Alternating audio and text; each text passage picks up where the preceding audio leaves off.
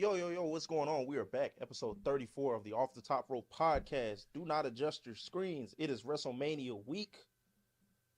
Time is really a flat circle because this is where we were last year, man. Prepping for Wrestlemania week. As always, I am Chris, known as Southside Woodall on Twitter. One half the greatest tag team in the world. My tag team partner, of course. What up, though, my babies?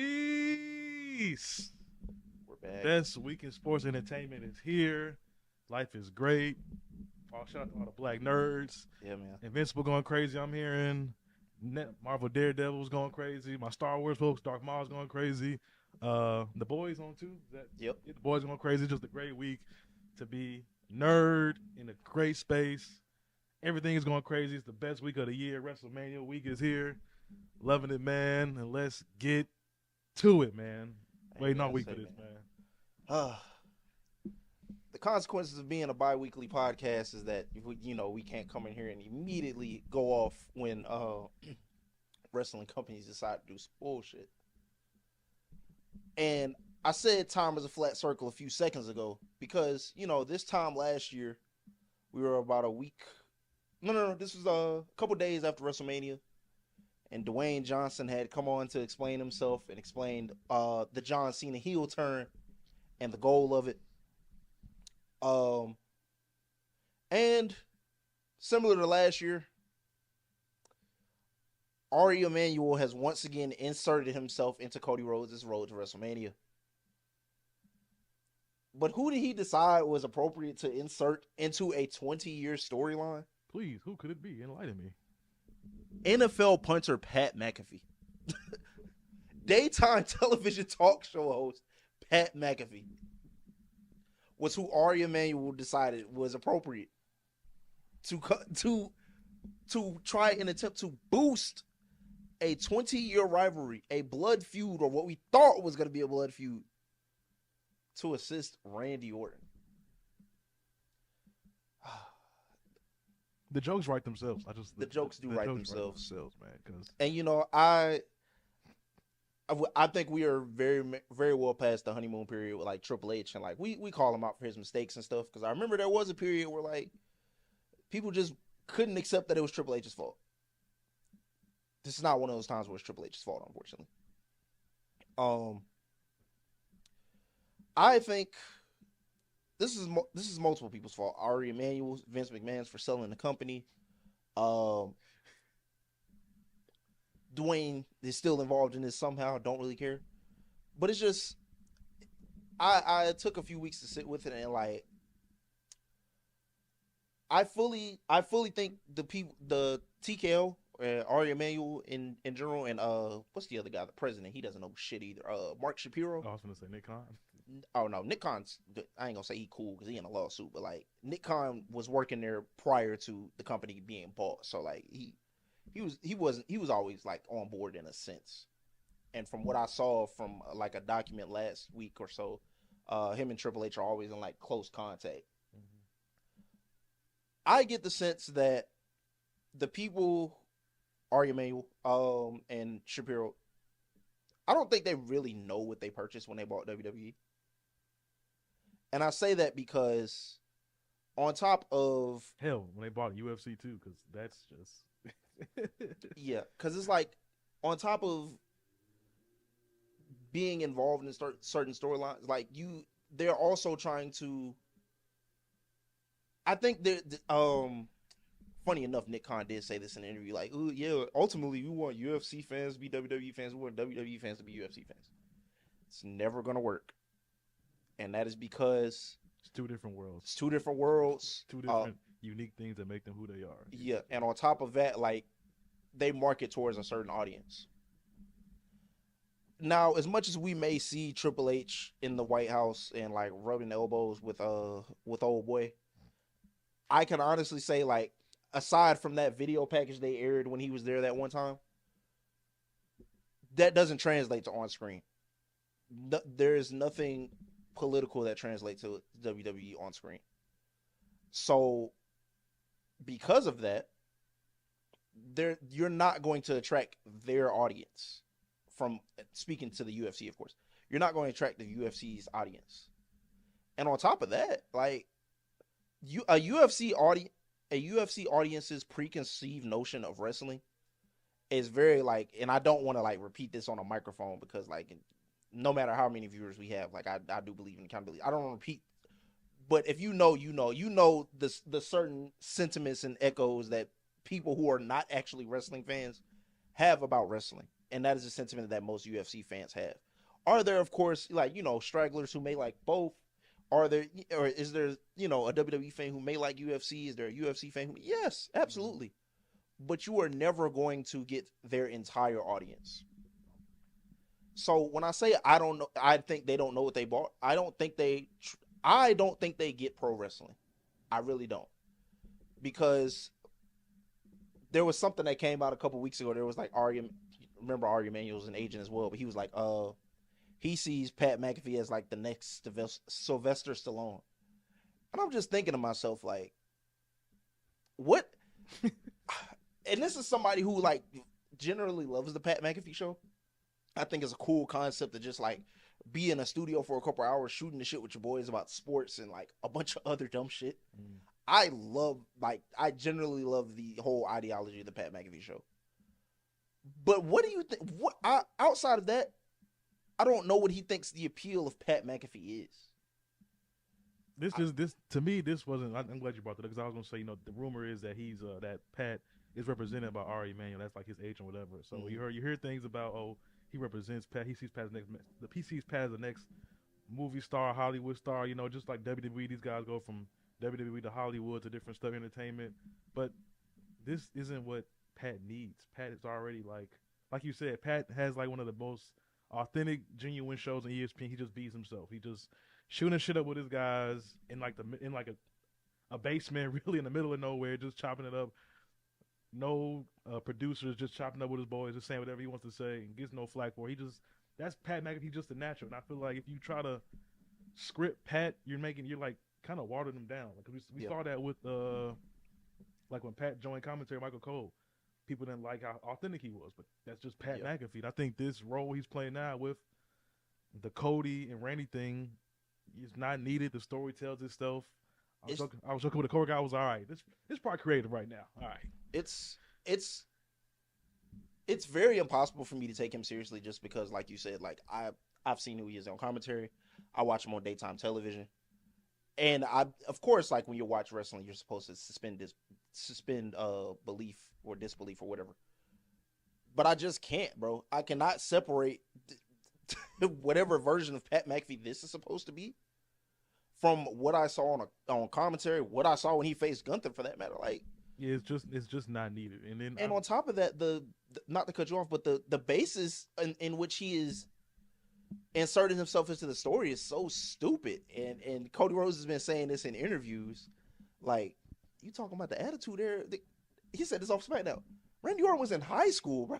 Randy Orton was in high school when the Attitude Era was going on. What are we talking about? The Attitude Era was 30 years ago. Like, at some point, do I understand that wrestling fans may want like bits and pieces of the Attitude Era back? Yes, I completely understand that. But the Attitude Era is no longer and I hate to say metrics when I'm a fan of the products, but by no metric is the Attitude Era the most successful era in the history of the WWE anymore. Yeah, it's actually kind of like laughed at. In hindsight, people just want the Attitude Era today would literally be Cody versus Roman like every other month, or just something crazy, or just it would be like the top two guys just fighting over and over again with like small storylines. Attitude Era was really just Austin, Rock, Vince, DX, Vince Corporation, and then they throw in Mankind, a little bit of Undertaker, stuff like that. But like you said, man, this doesn't make sense. Like it was unique to its time, bro. But we can't keep like clinging on to that shit, bro. Especially like the pro wrestling is supposed to evolve, bro. Everything's supposed to evolve. Everything's supposed to evolve. Everything's supposed to evolve. But like wrestling should evolve, point blank, period. I think sometimes, and I'm not saying that the Attitude Era was bad, but like I think much like with 09, like how funny enough, like how people talk about 09 Randy Orton, and it's like you go back and actually look at some of the booking, and like it wasn't favorable. Was Randy Orton a menace? Yes, but like it wasn't favorable booking. In that same vein, like I think sometimes we look at the Attitude Era with rose-colored glasses. Like Austin beating the shit out of Vince McMahon every week, cool as fuck. But there were also some lows in there, like the Undertaker hanging Stone Cold Steve Austin from his symbol. Like there are highs, there are lows. The invasion angle is an all-time low that people still talk about to this day. So I think we look at this stuff with rose-colored glasses, and like people don't just like. We are 30 years past that, bro. And me personally, back, that was something fresh. Like we didn't see like the boss getting beat up, the boss being so much into it. Like it's just like I said, it's a bygone era. Like I totally agree with Cody Rhodes and all these interviews he's been doing. Like it's been 30 years, bro. And that's not even the era I came up on. Like obviously I went back and watched some of this stuff because it was still, in close enough proximity. But we're 30 years past it. Like the Attitude Era is older than me. Even going back to that, remember everybody was like, "Oh, we want the Attitude Era back." And then remember the Carlito incident where he like called Oscar and saying Chinese, and everybody just went on the internet and start crying about it. But you want the Attitude Era back, and that's Attitude Era stuff there. But you get cry about it. We are no longer in an acceptable. We are not in an era where like some of the stuff that went on in the Attitude Era was acceptable, bro. And I'm like raw and panty matches, mud matches, women getting on their knees, barking like a dog for the boss, like kissing ass. Yeah, like bro, we are so far past some of that stuff, bro. So like, not only like was it an unnecessary insertion by somebody who clearly does not understand the product, but it's just also like the way in which they inserted themselves makes no sense. Like why is the plot of your story that like, this guy who has been minted as the golden goose, who statistically is making us a lot of money doing record gates, etc., is killing this business? Does that make sense to you? You're making the most money you've ever made as a company. The company is getting you out of, because a lot of people don't talk about this shit. Them niggas getting y'all out of debt on their own. It ain't the UFC. The WWE is getting you TKO niggas out of debt on your own. On their own. No offense to Randy, but like they want to make Randy be like this savior who's going to save pro wrestling. It's too late. Like too late. You can't do this in like a 3-week span. Like it's just such a far fall from like when this initially started. And like it kind of makes me think like, damn, like should Cody Rhodes have gone with what the alternative for him for WrestleMania was supposed to be? And it kind of makes me think yes, bro. Like honestly, my hope is that like the involvement in the match from Pat McAfee is very like minimal, bro. And you just let these two like tell the story. And we called that last episode. Just let the best man win. Now, literally, we're scared that Jelly Roll or Pat McAfee might affect the next. We're gonna be part 2 from last year because Randy getting 15 is very historic, and it might have an asterisk because we're gonna have either Pat McAfee or Jelly Roll play a pivotal role in that. So, and I want to, because we also didn't get to talk about this too much either. There is some blowback on celebrities, obviously, because there's like a couple of celebrities across the card. We got Speed, we got Lil Yachty, Jelly Roll, Pat McAfee. Unfortunately, the blowback from the Pat McAfee situation is falling on like some of the other guys, and I kind of hate that for them. Like, it's not falling back on Speed. Everybody loves Speed, thank God. Excited for Speed. But I know like the week when it happened, like niggas were not necessarily like fond of Yachty, and I thought Yachty was like perfect in his role with Trick Williams, but it's the unfortunate blowback. Truth is, as much as people shouldn't do this, like how they say like you shouldn't let one bad thing ruin your day. One bad part of a wrestling show shouldn't ruin the whole show for you, and I think that's kind of where people were when the Pat McAfee thing happened, and also in that same, I think, if I'm not mistaken, in that same episode, Lil Yachty was there when or you know what it was? That was the day that it was spoiled for the timeline that Sami Zayn was going to win the U.S. title. Okay. So I think like between that and like McAfee, like it kind of soiled things for people. But it's an unfortunate side effect, but it's the reality we live in. Especially like I said, when one, a dickhead sells his family company instead of like giving it to his daughter or some shit. And 2, like when people buy something that they don't necessarily understand. And this was said in a promo last week as well, y'all not moving these tickets because these tickets are high as fuck. That's the reality of it. On top of that, Never, ever, ever in the history of ever, except for like WrestleMania 9 or some shit like that, before my time, has niggas going back to the same city back to back years, bro. WrestleMania, if they had stayed in New Orleans, WrestleMania was supposed to be this past weekend. Me and you should be over here right now talking about WrestleMania in New Orleans. But niggas got greedy because they saw the most money they've ever seen last year and decided to run it back. You got WrestleMania interfering with NBA playoffs, and let me tell you, Oh, he lucky. listen, I want to hold all parties accountable because here's what I do know from like things I've read over the years. I know that Nick Khan initially after WrestleMania 40, he said like, we might not do open air stadiums no more. You know, it's not as loud in there. It was a little cold in Philly. He said, yeah, we might also like it might not also always be an early April thing anymore. Like, we gotta hold niggas accountable for that. Now, as far as like who made the decision for going back to back years, I don't know who made that decision. I don't. But it wasn't smart. And again, you are raising ticket prices in a city that is already crazy expensive. They already doing their own bad problems. They dropping resort fees and everything else to get people back into Vegas. Oh, and plot twist, you can't have a short notice trip to Vegas. You just can't. 25% really not gonna do nothing for you for one show. You know what I'm saying? Las Vegas is already Las Vegas, bro. Sorry, the little $40 fees don't move the needle, man. We're sorry. We're so sorry. Like the fact that you got 60K people in that stadium both nights last year, absolutely an accomplishment. Yeah. Trying to do it 2 years in a row, when the plot is just so clear, idiotic. Like it's very clearly a money grab, bro. Like it's idiotic. But regardless, the show goes on.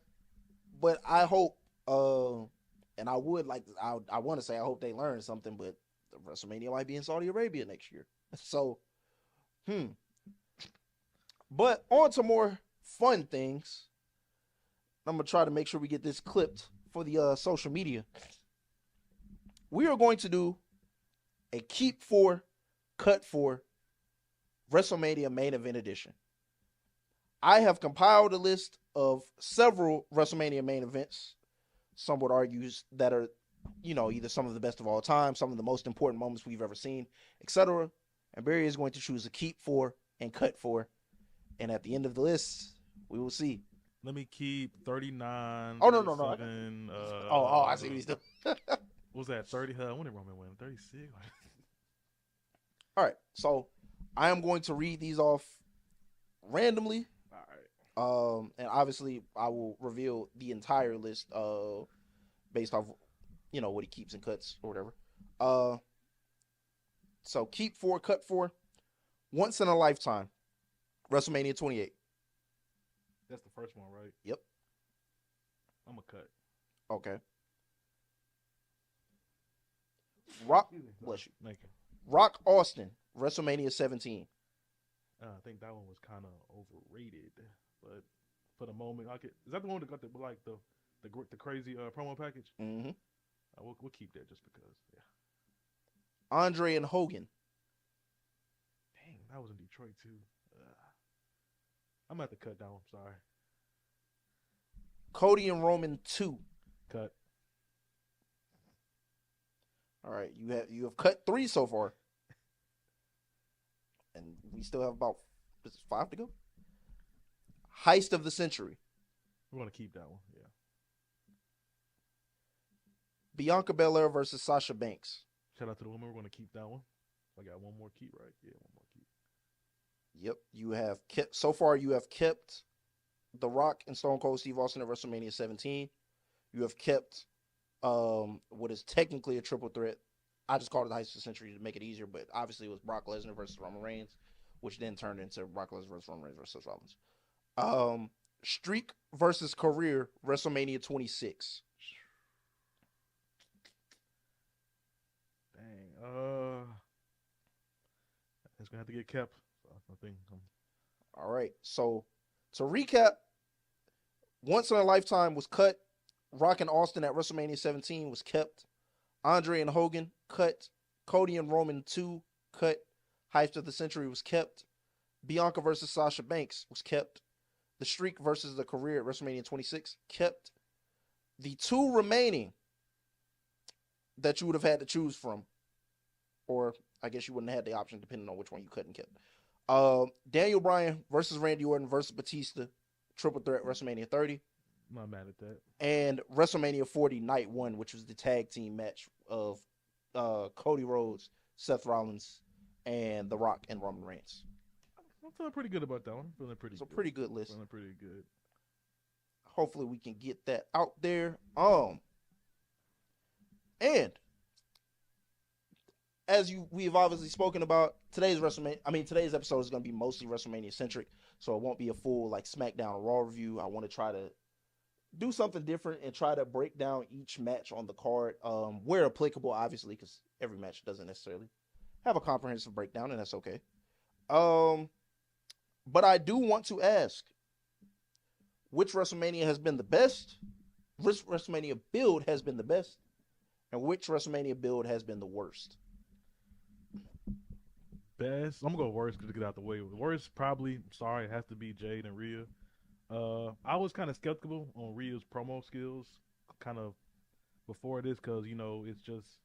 I mean, it hits. I mean, it's good sometimes, but sometimes it kind of falls a little flat. And I'm kind of seeing this right now. We've said if Rhea wants to be the big dog, the head honcho of the women, she has to be able to carry a few, like we see people do, like we see with Punk and Jey Uso. We see Punk carry that.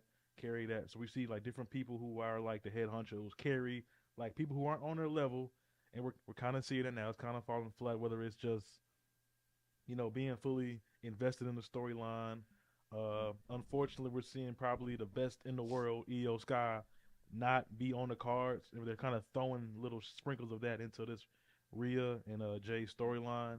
So I'm a little upset about that. So that's probably going to be the low for me, because we really don't know how that match is going to go. Are we going to get like a typical Jade strong squash match? Are we going to get like a Rhea dominant match? We don't know what's everything else. We probably can see the vision of what's going to happen, but with this Rhea and Jade feud, kind of a little flat.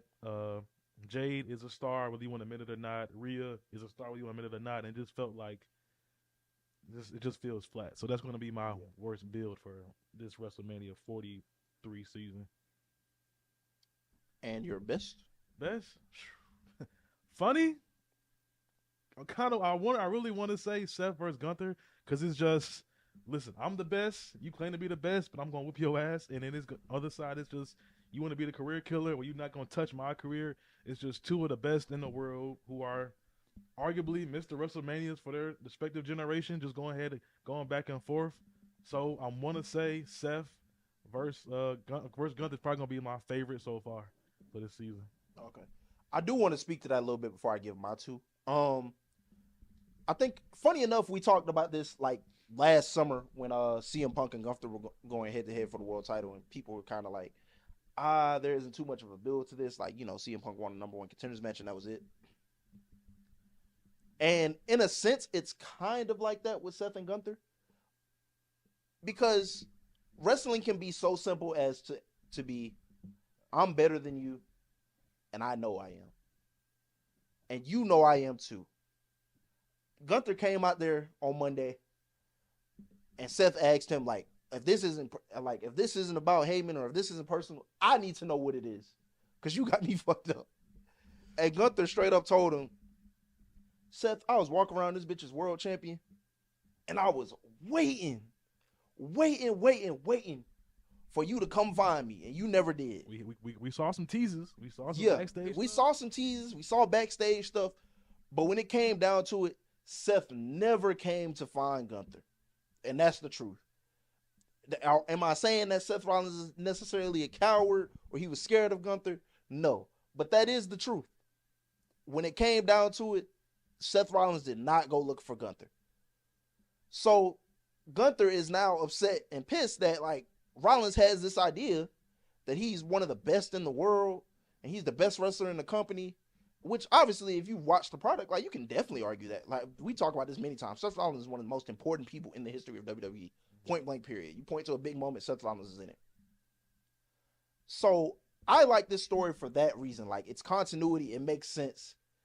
The WWE didn't have enough time to fuck it up. But also, think about this. that's not even the main, though. That's the main plot.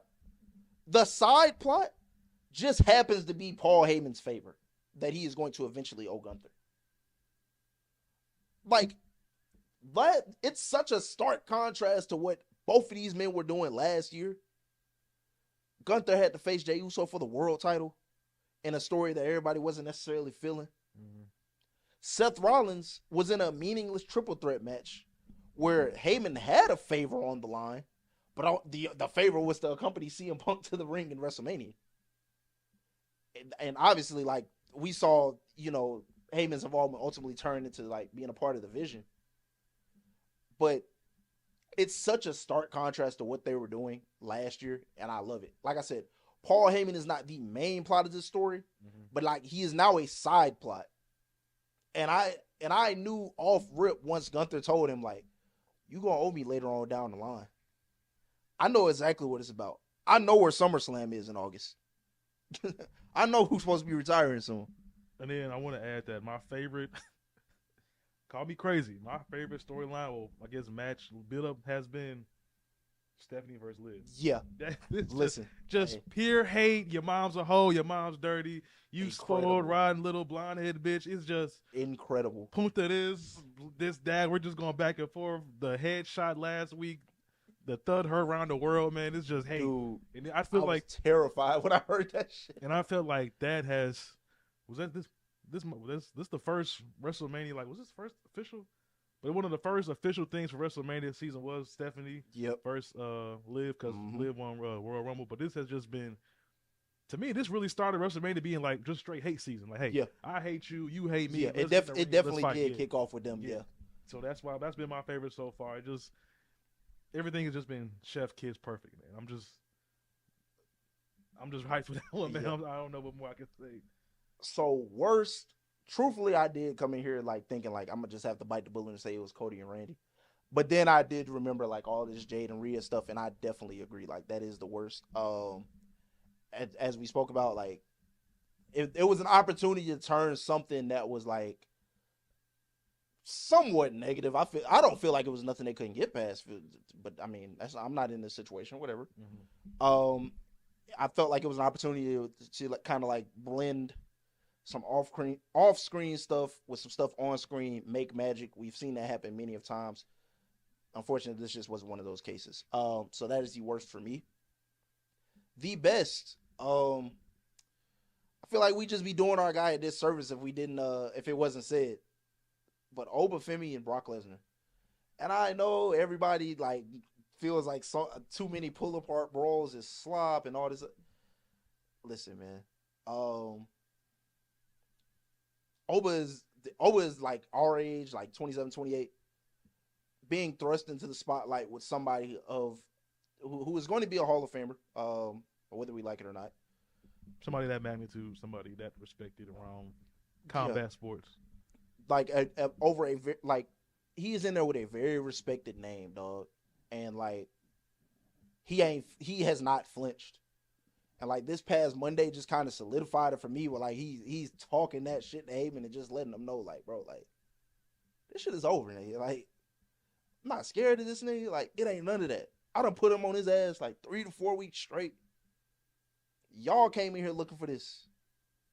I brought it to your doorstep. Like it's incredible. Like just, and again, credit where it's due. Like I know that like when Brock Lesnar likes somebody, like he'll really like sell for them and do all this other stuff.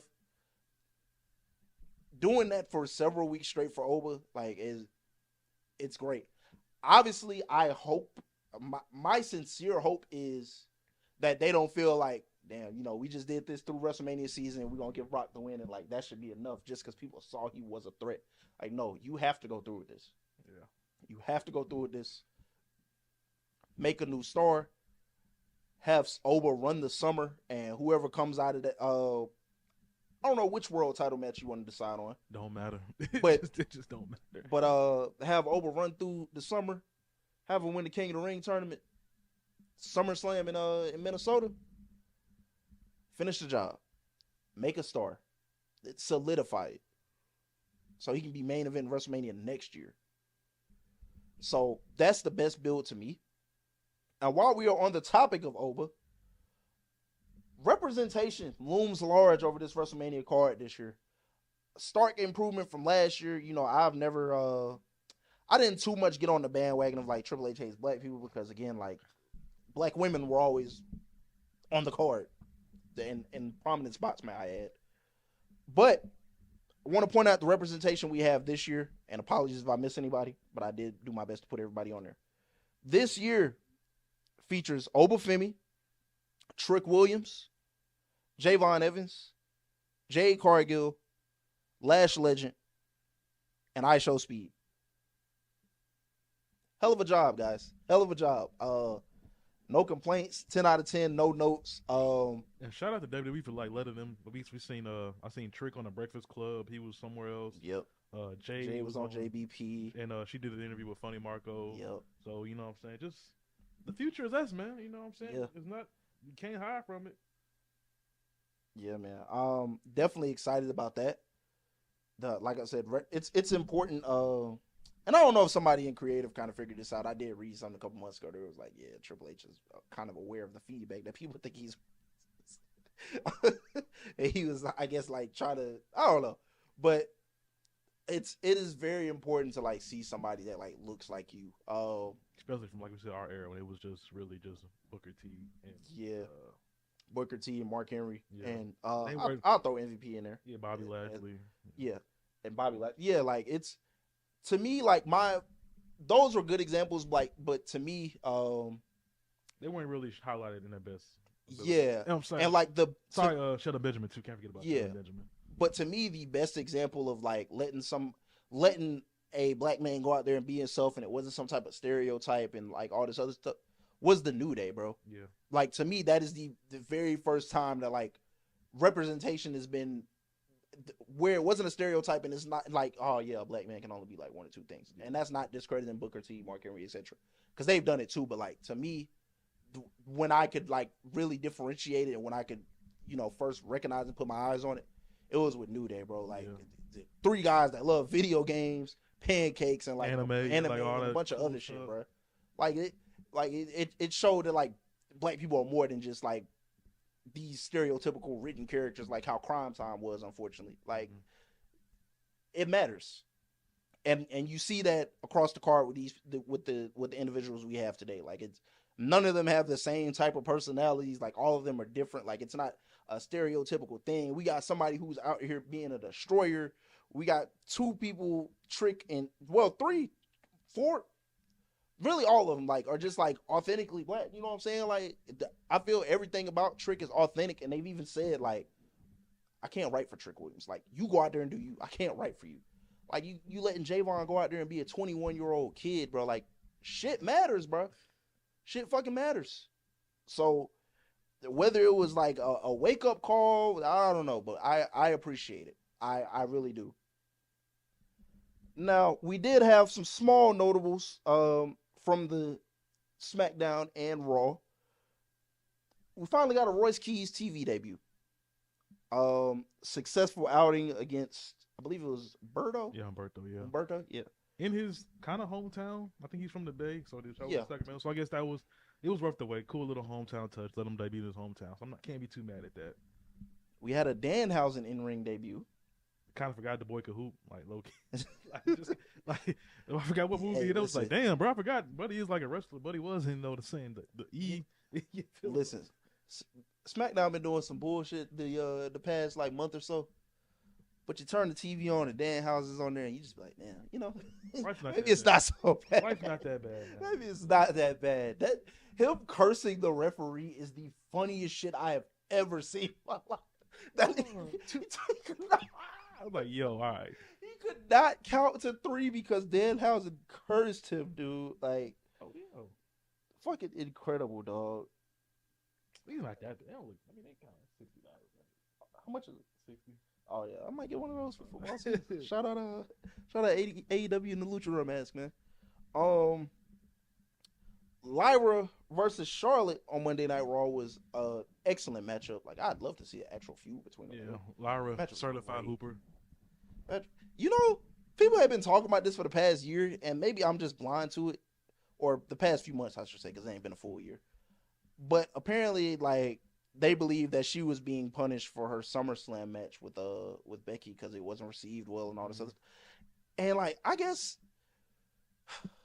I don't know if it's the era of wrestling that I grew up with or whatever, or the WWE that I grew up with in particular. But like, when somebody's being punished, bro, like, I don't think I'm gonna see them on my TV every week in prominence. Creed brothers, like, oh yeah, like I didn't even know it until people said it, but I was like, oh yeah, they're definitely being punished. Like, but like Lyra, like, she was on the TV prominently every week, was in a major storyline with Bayley.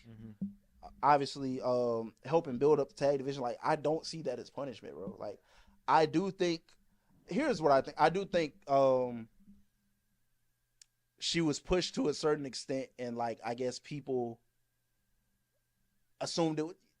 I don't want to say she peaked because I don't believe she's peaked, but I do believe that like she was pushed to a certain extent to where people thought, like, you know, once she lost the Intercontinental Championship because she wasn't allowed to challenge Becky Lynch for it again, that like the logical next step was going to be the World Championship. And I don't know if maybe, you know, yeah, just a little too soon for that. Yeah, I don't know if people just assumed that, but yeah, man, like I like everything she's done like this past year. One of my personal faves, actually. Yeah, character wise, in ring, like, she's great.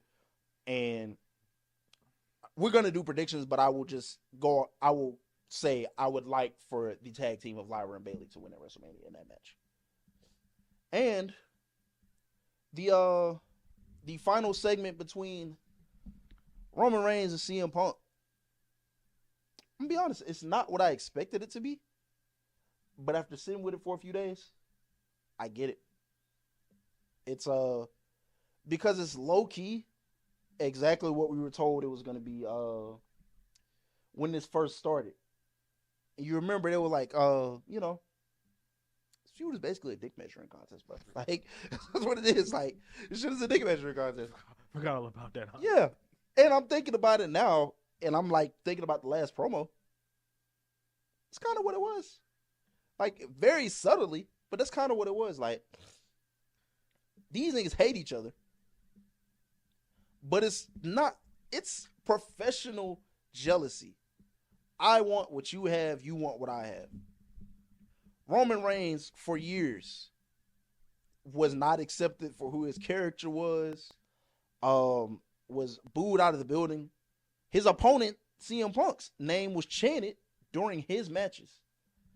And Roman Reigns said, like, I wish I had what you got with these people, because that shit is very real. You wasn't here for X amount of years, and they would keep chanting your shit. It'd be in my matches, it'd be in a women's match. Like, people would keep chanting your shit. And for some reason, I don't have that with them. Like, yeah, everybody come in there and throw their ones up, but like, ain't nobody chanting for it. If we being real, and it's not even a slight, like, if Roman Reigns retired today, it ain't gonna be 10 years of Roman Reigns chants. Yeah. It's not. That's just the facts. And you know, CM Punk also says, like, I hate you because I envy you. And he hinted at this last week too. You got 11 chances to main event WrestleMania. New t-shirt, by the way. Yeah. You got 11 chances to main event WrestleMania. I was the WWE champion for 400 something days. Niggas would not let me main event WrestleMania. I was the WWE champion coming off one of the hottest summers of my career. All time. Yeah, like, and these niggas said, no, John Cena and The Rock are going to main event. And then the second year, in the 434 days, nah, we're going to let them main event again. Mind you, in real life, he said, like, hey, like, y'all can make it a triple threat and I'll lose, bro. Like, no. And he was always, the carrot was always dangled in front of him. Because, again, this was stuff that was said in the podcast. Like, yeah, just face Undertaker. I got you next year. Yeah, just face Brock Lesnar at SummerSlam. I got you next. Never happened. Had to leave. Roman Reigns, to his credit, and I will never, ever take this away from him. I don't care how I feel about how often he comes to work. I would never, ever take this away from him. Like CM Punk said, that Vince treated him like a dog. Vince treated Roman like a dog too. And I'm sure there's plenty of times where Roman could have left. He could have found something else to do with his life. Stuck that shit out. And finally reap the benefits of betting on himself, doing a character change, and like kind of just putting everything on the table and saying like, I'm doing it this way, or we ain't gonna do it no more at all. Roman Reigns worked extremely hard to get in the position he's in now. Make no mistake about that. I will not fault him for that. All of that is true, bro. Like, yeah, he got 11 WrestleMania main events, and yes, half of them were stinkers. But when he got to be the tribal chief post, exclude WrestleMania 38, but every WrestleMania after that, fucking magic, bro. No joke, 39 through 42, or through 41, 42 hasn't happened yet, are some of the greatest WrestleMania main events I have ever seen in my life. Some of the greatest match quality, storytelling, all of that. He absolutely worked to get to that spot. He was somebody, and obviously no pun intended. Like he was Cody Rhodes' final boss, basically, bro. Like it's extremely hard to get in that position, to be somebody's mountain to climb, to essentially consistently, and to make that next person. But he did that. He worked hard. He did that. And CM Punk is just like, yeah, like I envy that. I really do. You worked hard. That 1,000+ days title reign, you worked hard for that shit, bro.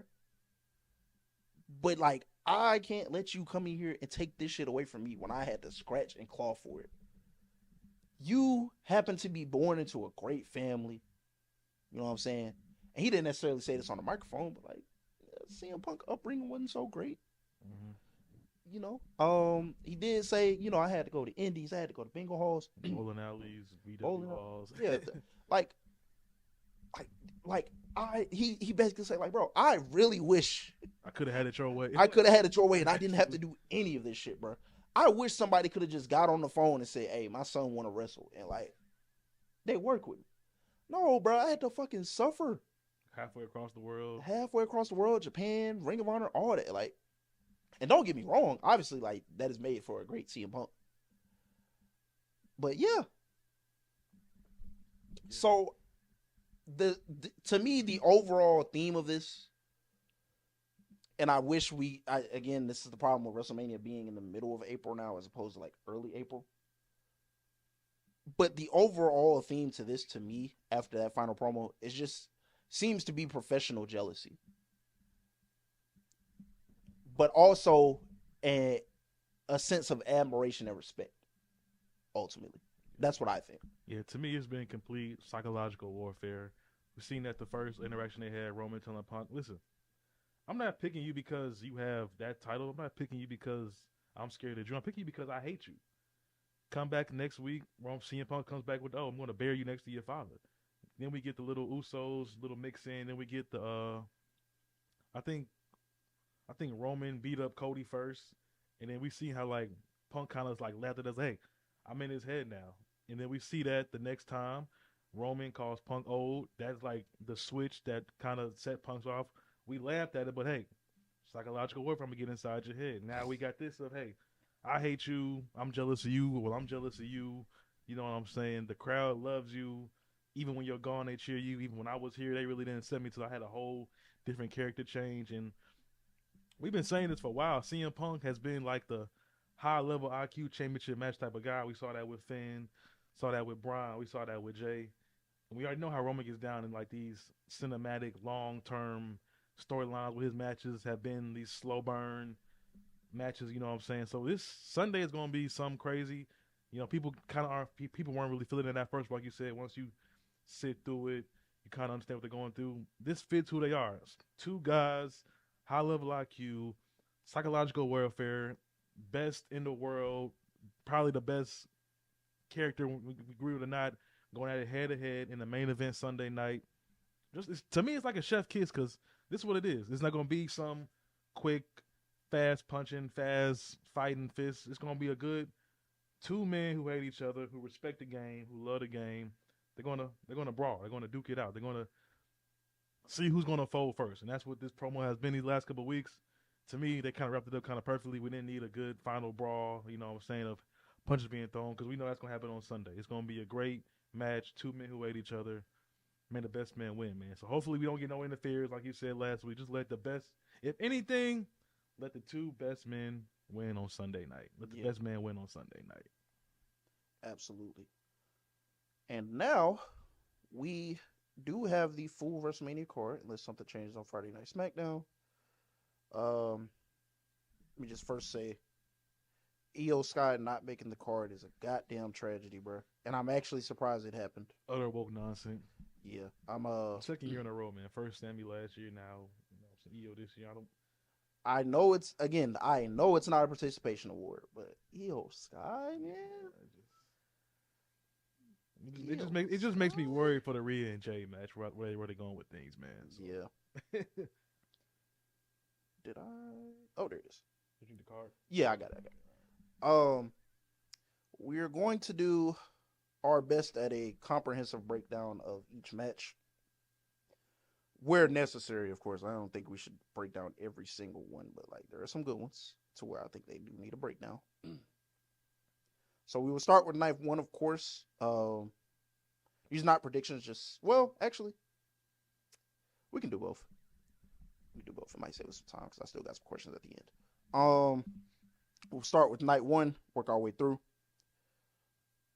Jacob Fatu versus Drew McIntyre is going to be on the first hour of ESPN.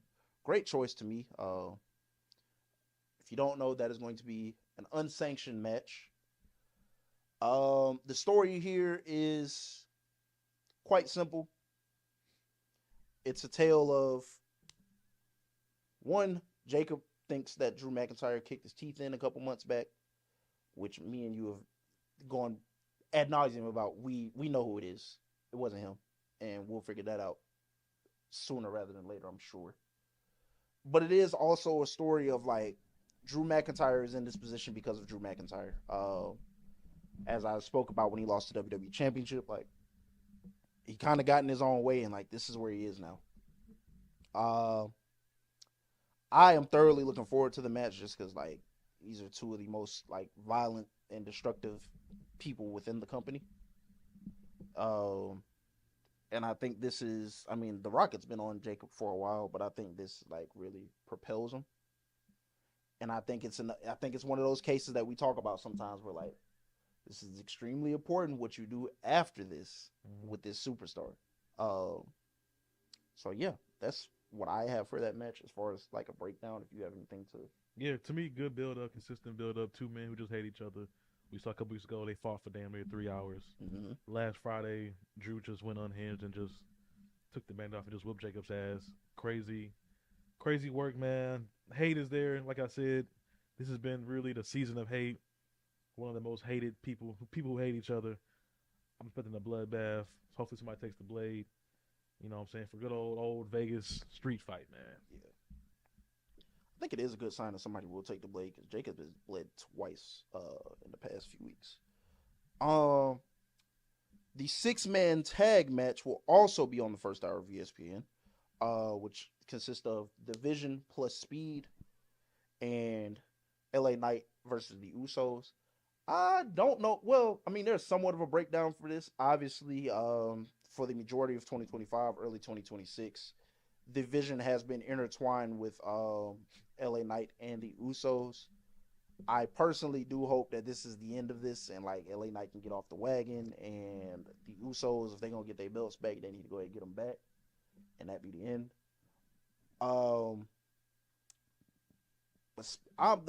I like everybody else is very excited about iShow Speed. I've gone on record saying like there's nothing I don't think Speed can do. There's absolutely nothing that I don't think Speed can do. So I'm excited to see that. Mm-hmm. Yeah, I'm excited. Like yeah. I don't know what Speed's gonna do, but it's gonna be insane. And you gotta remember, like Speed's been on WWE television like 4 or 5 times, and like it's taken some type of a crazy bump every time. Like the very first bump was an RKO onto a table, The second one was a Braun Breaker spear in the middle of the ring. Like, I I do wonder like where we're going with it and what's gonna happen. But I'm excited. Yeah, I'm excited. First of all, 'cause we're getting Logan off the TV so fast and to make that the second match of the night. God, yes. Can't be mad at that. Excited for LA Knight to get his moment of shine. You know, he's one of like the hottest guys ever consistently, and for this to be on ESPN2, I guess great marketing. You put the internet guys, Speed and Logan Paul, in front of the whole world, let them know, hey, all right, wrestling still taps into like these celebrity stuff. Great for the Usos, I believe. Yeah. Best tag team in probably WWE history. People could argue that. And then, like I said, man, LA Knight, yeah, get him on TV.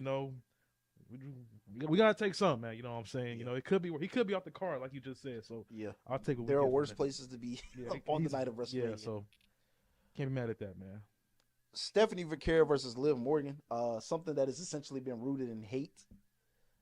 We've heard words exchange. We've heard verbal barb. We've heard early on in the feud, Stephanie's basically telling Liv like, yeah, you're good, but like, you hide behind Dominic Mysterio. Like, I can't respect that. Like, Red Liv the Riot Act, no pun intended. And from there, it's just been up, bro. Like, Yeah. it's been up. Up and stuck. Up and stuck. As the kids say. You got Stephanie putting knots in folks' foreheads. Had them in concussion protocol. All this other stuff. It's exciting. I'm interested to see where it goes because I will say this. And this is something they need to address after WrestleMania, no matter who's champion. But like, we got to do better with these championship reigns and like just having them be like nothing reigns. Because all Stephanie really had was like the win versus EO, and then like a series with Raquel, and like she's had fun matches, but she's not necessarily getting to defend the title. And I think that's a little. We're seeing that in damn near almost every title. Yeah, with every title, like they have to address that issue. Yeah, I think I wouldn't put that on being WrestleMania season because people have you got to put like the top names in like these. For the head spots, so you don't want to have like these transitional titles right before WrestleMania. Then somebody wins the title right back. It's like, what was the point of that? So you can't be. Yeah. Hopefully things switch up after this summer, man. Yeah, like you gave her Raquel and like Nikki Bella, and that was kind of it. Yeah. So like this feels like the first like the Raquel feud was good, but this feels like the first like really layered feud that she has been a part of. Believable, like, believable. Yeah. Has a story, all of that. Like I do hope that like. I don't know who I want to win just yet, but I do think like it should definitely be considered to like let her retain, and then like we try to get a few more good stories going before we potentially take the belt off her. Gunther versus Seth Rollins. The breakdown of this for me is just like simply like who's the better man? Yeah, who's the better man? Who's the better man in the ring? I have no problem saying that I do think that is going to be match of the weekend. I'm gonna just go ahead and say that early before we even get to predictions and all that. Like, two of the very best that the company has to offer. Seth looks like he's moving pretty well, and like Gunther is Gunther, man. We know what Gunther brings to the table. We done seen him take a few of our guys in the past like couple of months, so I'm excited. You got anything to add? Yeah, just two men best in the world versus Seth, the best guy who's carried the company. Like I said, like you said, this might be the match of the weekend. Most consistent guys we've had in the business for a couple of years now. I'm excited to see what they do from this, and I'm hyped for this match. AJ versus Becky Lynch for the Intercontinental title. I will say the last few weeks is the first like, and I think I said this on here too, but like it's the first time where I felt like these two women really dislike each other. It is a bit confusing to me because, like, as we saw in the video package on Monday, AJ's beaten her 3 times. War Games, WrestlePalooza, Elimination Chamber. Are we going for the clean sweep? Is Becky going to get her win? Like, I don't know what we're doing, honestly. Am I excited that AJ is back at WrestleMania for the first time in, like, 11 years? Absolutely. But I do wonder, like, where we're going now. Like, I don't know what happens after this. Yeah, this is one of the most. This probably might be the hardest match to pick between because you just like you said, is Becky gonna get 4-0 sweep, and then is it gonna be all right? Well, we put the title on AJ. Do we like keep interchanging this? Like, what's gonna happen? Like, where do we go from after this? So this is Another series, another match, really built in hate. You know what I'm saying? I'm your daughter's favorite wrestler, so shout out to Hate again. And this is gonna be a toss up. I'm still thinking who I'm gonna pick for this one, but hey, Hate is there. Intriguing match. How is AJ going? AJ's been looking a lot better recently. She's getting her feet in the water, looking a lot better than Becky is Becky, man. She just WrestleMania is her season. She just doesn't disappoint. So I'm excited for this match.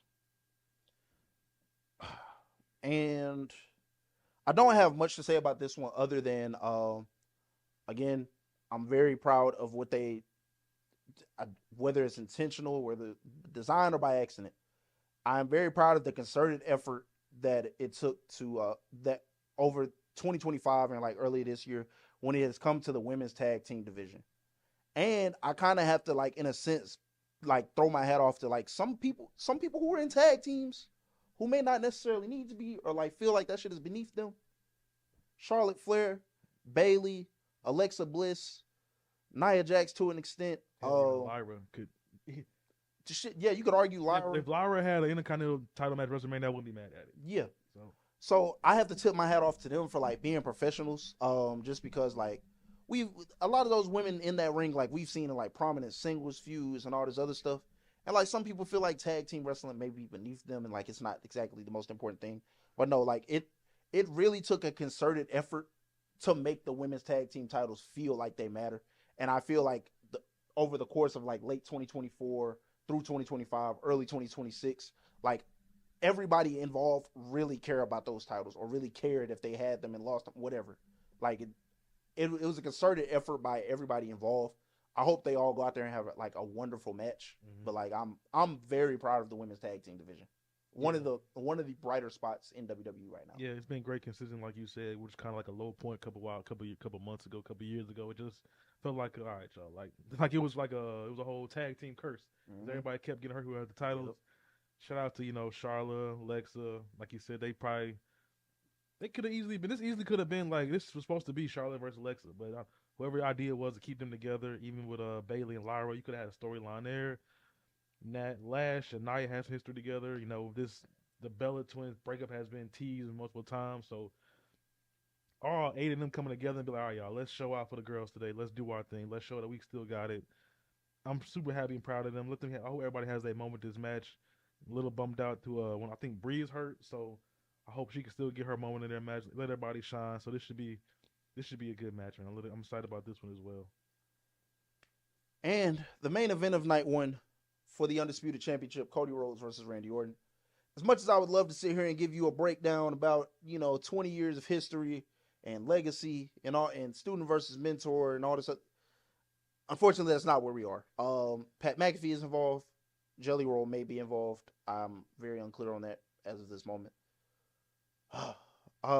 So I will just say like that like I've been saying, like this is a case of I would hope that whatever involvement that that Jelly Roll and Pat McAfee have is very minimal, and that we just let 2 professional wrestlers go out there and wrestle. 2 people who respect the business, who respect the craft, who were born into this business, but for some reason that's not the story that certain people want to let them tell. So I do hope that I hope it's a good match. That's all I can say at this point. Yeah, I just want a good wrestling match. That's really it. Like you said, man. Unfortunately, we had a good storyline of 2 best friends, one common goal. One being one common goal. I want to lead this company. The other guy want to be like, I want to get my historic title reign. And unfortunately, it was hijacked. But 2 guys who probably, if 2 guys who can carry their way in a match, it should be Cody Rhodes and Randy Orton, who say, hey, all right, y'all, let's just have this. Let's do this our way. Y'all can have this crazy build up, but please, let's just have 2 wrestlers 2 of the best of all time who know how to grapple. Let them have a good match, because the backlash from last year was already horrible with John Cena, and then with Travis Scott throwing himself in the mix kind of killed the moment. So let's just have 2 legends who came into the business, who respect this business. Just let them fight it out, grapple style, please. That's what all I got. Obafemi, this is night 2, by the way. Sorry, Obafemi versus Brock Lesnar. Simple. I want your spot. Move out the way, old man. That's what this shit is about. I don't think it needs much more of a breakdown of that. I want your spot. I done put you on your ass for a month straight. I'm finna come take it from you. In the words of the Hall of Fame Booker T, no bread, no water, no sides, no napkins, just meat. In the words of the great New Day, don't give me your 5-star flips and tricks. Just give me two big guys duking it out, hating each other, meat on meat. What more can you say, man? Oba, just please go out there and shine. Yeah. Another highlight of I'm glad this match is gonna be on ESPN because now the world can see who Oba Femi is. Like this man just did what to who? That's Brock Lesnar. Is that Brock Lesnar? Who was that guy? Yeah. So shout out to this man. It's gonna be some haymakers, man. I'm excited for this, man. And I just want to say, because I saw that this was discourse over the past like week or so. Like, yeah, they should main event, or which I mean, it's a pretty hot program. I wouldn't argue that. I wouldn't argue against it. But then I saw some people say like, yeah, like y'all should put them on before the main event of night 2.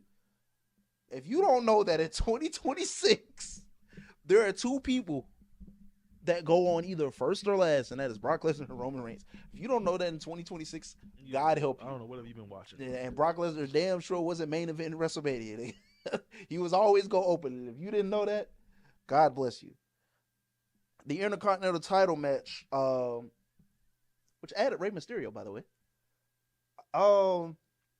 Not much of a breakdown here, but there is a case of y'all say Gunther fighting who? Oh yeah. I'll come back. My back feels great. Yeah, my back feels great. I'm good, Doc. Check me out. I got a treatment tomorrow. Yeah, we'll zap that shit right now. Rey Mysterio went to the performance center and started doing 450s after he heard Gunther. He heard Gunther was working Seth Rollins. He said, "Yeah, bro, watch this." I'm actually free this Sunday. Would you believe that? You niggas thought I was missing 2 WrestleManias? But not much of a breakdown here other than like it's a bunch of stellar performers in this. I'm excited. A bunch of guys that I think deserve the opportunity, like people who put in the work on a weekly basis on television. Javon, obviously, Rey Mysterio, the Ageless Wonder, Rusev, Penta, of course, JD McDonough, and Dragon Lee. It is amazing what 5 minutes can do for a match. A couple weeks ago, we was like, why the hell is Rusev? Yeah, why is Rusev? Last Monday did a great job. Rusev layout though. Rusev kicked everybody's head off, not once, but twice. Folded up a couple niggas, put them in accolade. So you know what? If Rusev wins Sunday, I won't be surprised, man. Because I kept watching the shit happen, and I was just like, because like everybody started like jumping up at one. Like Rey Mysterio came down the ramp. Then I saw Javon look like he was finna jump up, and like he just kept swatting everybody down. I said, oh, damn, this nigga wiped the field. Okay. It is amazing what 5 minutes can do for a match, man. Shout out to whoever produced that segment. You did a great job. Because like I said, first was, why the hell is Rusev in the ladder match? Now it's, hey, if Rusev wins, I won't be mad at it because he looked great on Monday, man. So shout out to you guys for that. Amen. Say, man. Jade Cargill versus Rhea Ripley. Don't really have much for this one. Very disappointing, especially with it being like the first time Jade walks into WrestleMania as a singles champion. Yeah,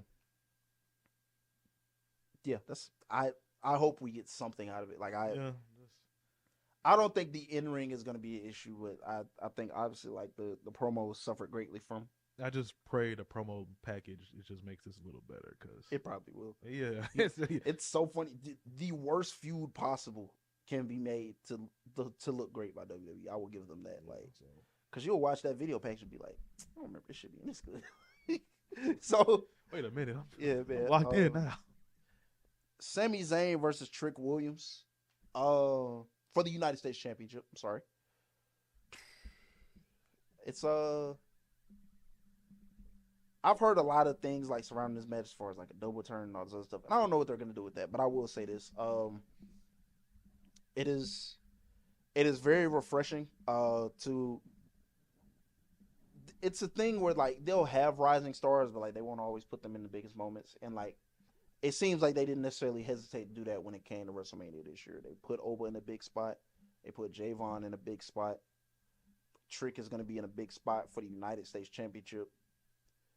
it's refreshing that they're deciding, like, maybe not necessarily making a world champion or something, but it's refreshing that they're saying, like, all right, Here's opportunity. Go. yeah, it's an opportunity. Let me give y'all the ball. Because a lot of wrestlers often talk about, like, people complain about opportunities, but like either don't make their own opportunities, or when they get the opportunity, they drop it. Several times over the past few months, all of those young men have been given the ball, and all of them have run with it in different ways and excelled. With Trick, man, like he's kind of forced Sammy into a corner in terms of like character wise. And truthfully, as much as I do like babyface Sammy, I do kind of see the writing on the wall in terms of like where his character is going. And people may not like that, but ultimately that's just kind of like what it has to be. Like, once people don't buy into you as a babyface anymore, you kind of got to make some changes. And I think obviously like Trick's character kind of like spurred this on, because like he could go out there. Sammy can go out there and say the most truthful, honest thing ever, and like Trick Williams will come out there and like everybody's like, well, it sounds like a real nigga to me, and just go along with Trick Williams, and that's what's been happening the past few weeks. So, this is another matchup I'm excited for as well. Seeing the white mink coat on the WrestleMania stage is crazy. Yeah, man, I whooped that Trick with who knows whether it's 40,000. Yeah, 40K, or if it's 60,000, whatever y'all do. It's gonna be 40K, but they might lie and say it's 60. It's been cool to see Trick go from Carmelo's henchman to being a damn near star and amazing. It's been amazing. Yeah, super proud and happy for that. So I can't wait to see this. And like we said, man, you can say whatever you want about Trick, but as long as Trick has a great dance partner, he's gonna do his thing. And what better dance partner had than one of the best in the world consistently than Sami Zayn, man. So absolutely, I'm excited for this. I'm looking forward to this match and that entrance, because the Trick will be whooped. Speaking of entrances, we have the return of the Demon. Since first time since WrestleMania 39, by the way. Very fun entrance. I envy those that did get to watch that get to watch that live this weekend in person. But the Demon, Finn Balor versus Dominic Mysterio, a match that's kind of been building and building and building and building and building and building. It's supposed to happen last year, apparently, but we are finally here. Some say they believe this is like gonna be a shift for Dominic's character at some point, and I don't know about all that, but I am so glad we finally pulled the trigger on Finn Balor, the babyface. Obviously, the music is back. I pray to God this nigga don't bring the Demon out and still have on them weak ass pants, bro. Finn Balor, it's time to bring the tights back, brother. You're almost home. It's time to bring the tights back. But yeah, man, this is another great story. I think that kind of like wrote itself in front of us over the past year or so, where like in a sense like Dominic would get too big for his britches, and it'd be times where like he'd want the Judgment Day to do for him, and he wouldn't necessarily do for them all the time, and particularly Finn. And ultimately came back to bite him, and now like he kind of has to deal with the repercussions. I just want to say, man, shout out to all the unks who just realized that, hey, being a YN is not that fun, man. You know what I'm saying? Gotta go be a family man, man. You know what I'm saying? So, hey, what can I say, man? I've been a huge Finn fan since like NXT. Demon character has been one of the coolest things WWE has done in a while. This match I'm excited for. Dominic has like proved he can carry this company for years to come. And what better way to show that than we going against one of the best of all time, everywhere he's went, in Finn Balor, in a character like the Demon, who people respect all around the world, man. So the story writes itself. It's about damn time, and happy for Finn to have his solo moment now, because it's been a long time coming, man. He's been stuck in like the vortex of hanging out with the YNs, man. So I'm ready for this one, man. And of course, we did talk about this earlier, just being a feud of professional jealousy. Our night 2 main event for the World Heavyweight Championship, CM Punk versus Roman Reigns. I don't have much to add to what I said earlier. I do believe I think for the most part the feud hit the parts it needed to hit for me. I think the final segment this past week like really like tied it all together. So I don't have much more to add. I will say, aside from the the political ad campaign shit he did at the beginning of Monday Night Raw. Hit or miss or whatever, however I may feel, how anybody may feel. I do appreciate that for once it was not a typical Roman Reigns program to where it was just like cinema, cinema, cinema. This felt like the most pro wrestling-esque thing Roman Reigns has done in a long time. And it was like it kind of, I think it forced him to step out of his comfort zone. And I think there were times in the feud where he shined. I mean, CM Punk is who he is on the mic, but like I do think there are times in the verbal back and forth where he did shine. So I'm not mad at that. I think for the most part, it's hit where it needed to hit for me. Like the physicality was there where it needed to be. The some of the stuff was there where it needed to be in terms of like lines and things he would say. Obviously, my biggest gripe was just like, you got to come with something other than like you're old. Like yeah, he old, but like, what is? So I'm supposed to praise you for being the old man if that happens on Sunday? Like, So I think he was good. He wasn't perfect. I think he was pretty good where he needed to be. And again, like it's very refreshing to see him do something different than what he usually does. And I hope, regardless of result, that like after WrestleMania this continues, like getting out of that comfort zone and doing something a little different. Yeah, it's been, like I said earlier, it's been psychological warfare. You're old. I want to be like you. I'm hating on you. It's just been, like I said, psychological warfare. We see what gets them to tick. We've seen Roman be ticked off by like Big J calling a call of, hey, beat this man up. He disrespected our family. So now we get, okay, it's family versus like, I guess, being old. So I guess that's what we see, what's get them to tick. We see what's lead to this envy, hate, jealousy, whatever you want to call it. And it's going to be like probably like a good cinematic match. You know what I'm saying? I hate to say it, but it's going to be psychological warfare, man. It's going to hit. I feel like they did a good job showing us what's going to happen on Sunday night. This ain't going to be a quick 15-minute main event. It's going to be probably a 30, 40-minute match. So I'm expecting a movie this Sunday night, and I'm excited to see where they go from this because, like you said, man, you can't really compete with Punk. We didn't even talk about it, but like that Punk promo from last week, McAfee and all of that, him breaking the third wall with like The Rock and all of that. Yep. You can't really compete with Punk on the mic. You got to do what you got to do. So I'm liking the psychological warfare they did with who Roman Reigns' character is. So it's just gonna be special Sunday night, man. It's just got the for a show. Yeah. So what we're going to do, we're in the go home stretch of the show ourselves. We're gonna run back through these, and we're just gonna give the predictions since we were able to do the breakdowns. And then I will have 2 more questions to close, and then we will get out of here. So, night 1, Jacob Fatu versus Drew McIntyre. I am going to pick Jacob Fatu as the winner here.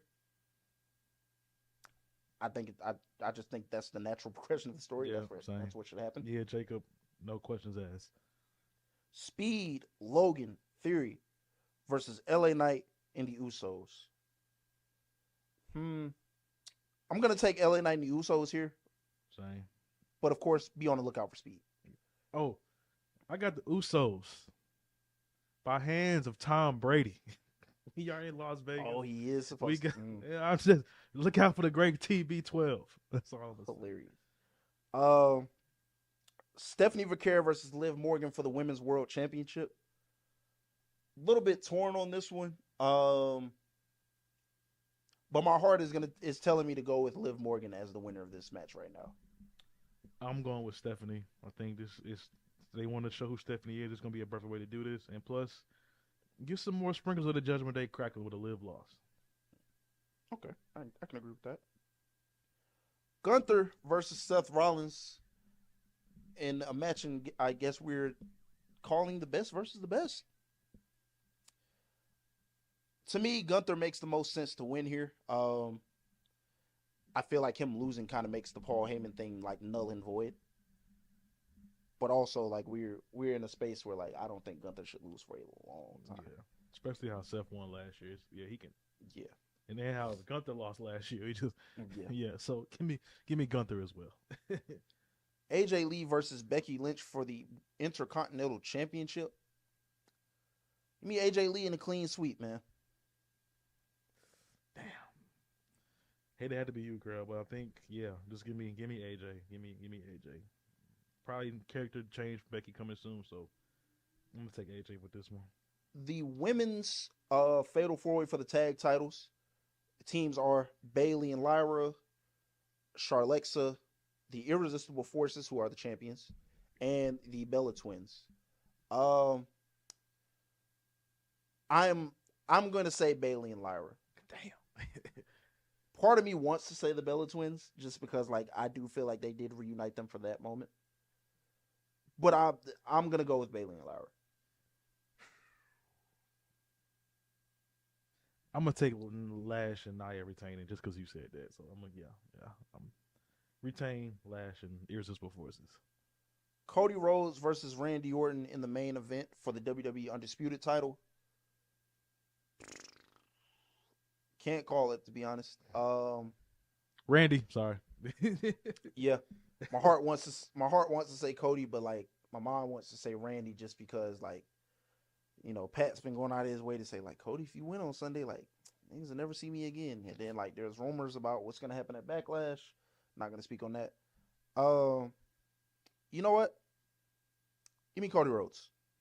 There you go. I'll live with that if I'm wrong, but give me Cody Rhodes. For night 2, the opener, Oba Femi versus Brock Lesnar. I gotta go with Oba Femi, man. Yeah. If Oba loses, we riot. Simplest thing. Somebody needs to bring that sign to the stadium. If Oba loses, we riot. Make us, like I said, finish what you started.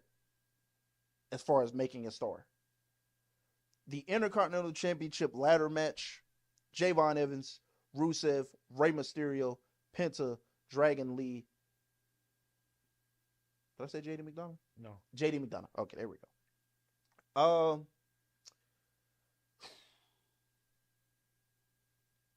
I'm gonna go out on a limb and say Javon wins. Like part of me does feel like Penta retains, but I feel like Javon wins here.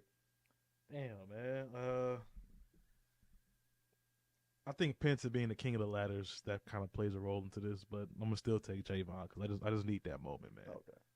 Okay. Jade Cargill versus Rhea Ripley. I think Jade retains. Shane, yeah. I do think Jade retains. I think Jade retains with the help of Io Sky. Sami Zayn versus Trick Williams for the United States Championship. I'm also gonna go with Trick Williams on this one. It's time. It's time for a clear change in the guard. And like I said, there's been a shift in Sammy's character. I think this should fully ignite it. Oh man, unfortunately, I think it's Sammy Hogan back at it again, man. I think Sammy's gonna retain this time. If I'm wrong, I'll be happy, but I think I think it's just Sammy because they kind of stuck with that. So The Demon, Finn Balor versus Dirty Dominic Mysterio. Funny enough, I think this is the first time I don't know if they mentioned this, but I think it's the first time the AAA Championship is just going to be carried into WrestleMania. So I think that's pretty cool in itself. yeah. But Balor Club is back.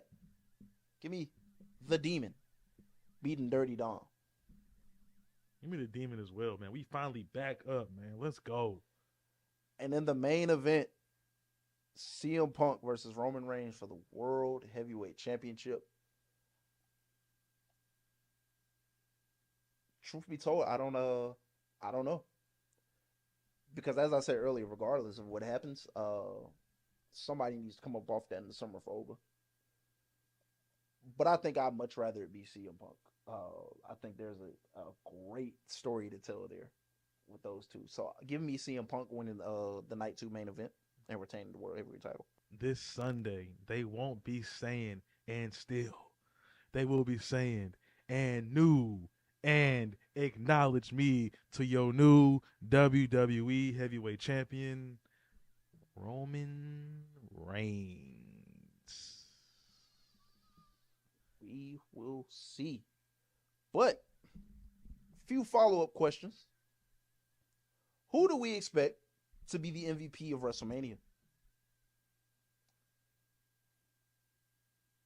I'm gonna have to say Seth Rollins. It's just The story writes itself, man. It's Yeah. Seth Rollins. As a former MVP of WrestleMania, yeah, I can definitely see that. Um, Me personally, I do want to pick Seth Rollins, but I think we're gonna ride with Obo on this one as well. Like I said, like this, what they do here potentially has the Oh potential. wait, to I'm set the tripping. tone. Javon, yeah, Javon. Okay, that's a fair yeah, pick Javon, too. yeah, let me say Javon. But yeah, and that's a good pick too because both of them are both competing on the same night. But what those two do, but it has the potential to like set the tone for That's the night. yeah, that's what So yeah, that's I can definitely like that definitely is going to set the vibe for night two with which decisions they make for those. I definitely I think Oba can come through as the MVP for WrestleMania for in general. And a sleeper match that people aren't necessarily too high on. Like it's a solid card, but like what's a match you feel like people might be sleeping on? this might be a cop out, but I'm thinking that women's Liv versus Stephanie that might just that might set the tone, man. Like I said, man, it kind of started this whole season of hate, WrestleMania season. I feel like that's gonna set the tone, man. That's gonna be like they be like, damn, we was not expecting this. Uh, I do kind of want to lean that way too, but let me just double check these cards to make sure. I want to lean. Well, that and then like the ladder match.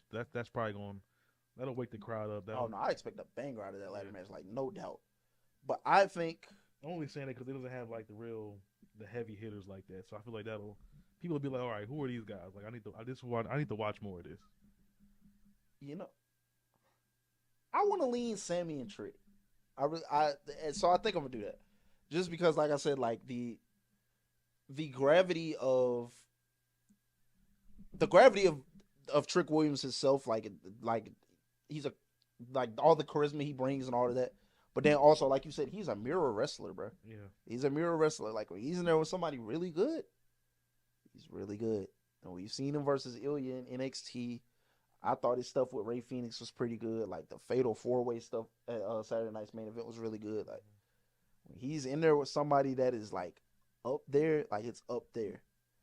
I think, and based off of these interviews, like he's ready for the moment, bro. yeah. Like I think if I'm not mistaken, they've been calling him the Anointed One. Has that been something they've been saying? He might have been. I think he so. might be he might be the chosen one. Yeah, like he's talking it, and I really feel like he's about to start living it, bro. Yeah, like he has, like I said, he has what you can't teach. I feel like if you had the character work, anything is possible. So the Trick definitely has that down. I think this is it. I think that's the match people aren't necessarily talking about, and they're more so worried about the moment of Trick Williams like ultimately raising that belt. Mm-hmm. But like the match itself, I think it's going to be incredible. I think it's going to go down as a career-defining performance. If that Trick shot to 1, 2, 3 happens, it's going to be one of the crowd's going to erupt. It's going to be like nothing. The roof might come off a Legion. The shake, it'll be shaking. The room will be shooketh. Amen. Say, man. Well, that concludes our WrestleMania week episode. But we have great news for you. We'll be back next week with our post WrestleMania episode. Don't know yet. Oh, you still might be in Detroit. We'll see. I might have to pull some strings if you're not gonna be here. But something will be out next week. Just know that. But yeah, we will have a comprehensive post Mania review.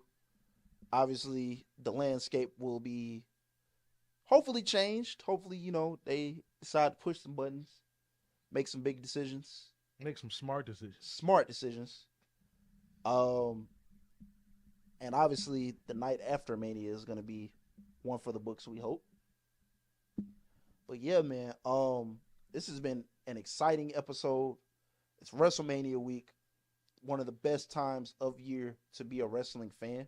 Whether you like this build-up or not, just appreciate it. Yeah, just turn on the TV or your laptop or whatever, however you choose to stream WrestleMania, and just have fun, bro. Enjoy it.